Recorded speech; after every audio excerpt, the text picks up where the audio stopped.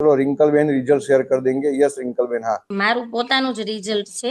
हाँ પીસીઓડી અને હાથમાં ખાલી ચડી જાય। ओके, पीसीओडी का और हाथ में जो खाली चर्बी थी है, राइट, उसके उनका रिजल्ट रिंकल बेन का। यस।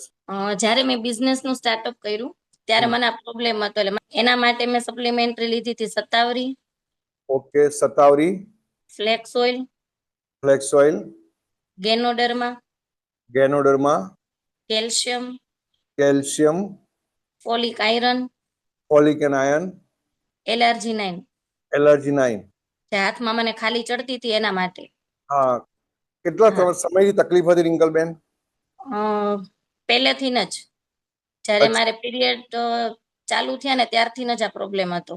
ઓકે ઘણા બધા ડોક્ટરને બતાવ્યું હતું, પણ હોર્મોન્સ અનબેલેન્સ કીધું હતું ડોક્ટરે કે એની જાતે જાતે બેલેન્સ થશે। રાઈટ, પણ કોઈ તકલીફ મતલબમાં કોઈ સોલ્વ નહીં થયું, પ્રોબ્લેમ સોલ્વ નહીં, દવા બહુ બધી કરેલી, પણ પછી થઈ કાંઈ એટલે દવા બંધ કરી દીધી। ઓકે, અને આ સપ્લિમેન્ટ લીધો અને કેટલા સમયમાં તમને હવે કેવું છે એ બતાવો। પીસીઓડી નું તો મને 2 થી 2.5 મહિનામાં જોરદાર રિઝલ્ટ આવ્યું હતું, અને 2 મહિના પછી સીએમડી લોન્ચ થયું હતું, તો પછી મેં સીએમડી એડ કરેલું હાથમાં જે ખાલી વધારે ચડતી ને એના માટે, અને ખાલીનું રિઝલ્ટ મને 4-5 મહિના પછી મસ્ત, અત્યારે કોઈ પ્રોબ્લેમ જ નથી, પીસીઓડી માં પણ નથી અને હાથમાં ખાલી ચડવામાં પણ નથી।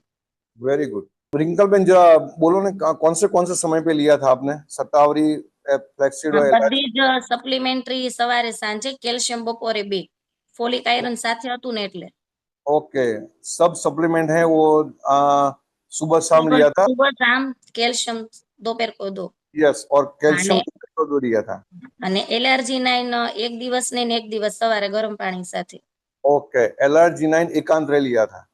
અને સીએમડી આપણે જે રેગ્યુલર લઈએ છીએ એક ગ્લાસમાં 2 થી 3 drops. Yes, okay okay, CMD जो रेगुलर हम लेते हैं एक ग्लास में 2-3 ड्रॉप, उस हिसाब से लिया था। तो अब रिंकल बेन कोई पीसीओडी की कोई तकलीफ नहीं, हाथ में जो खाली चढ़ती वो भी कोई तकलीफ नहीं है? नहीं, कोई नहीं। बहुत बढ़िया, बहुत जबरदस्त।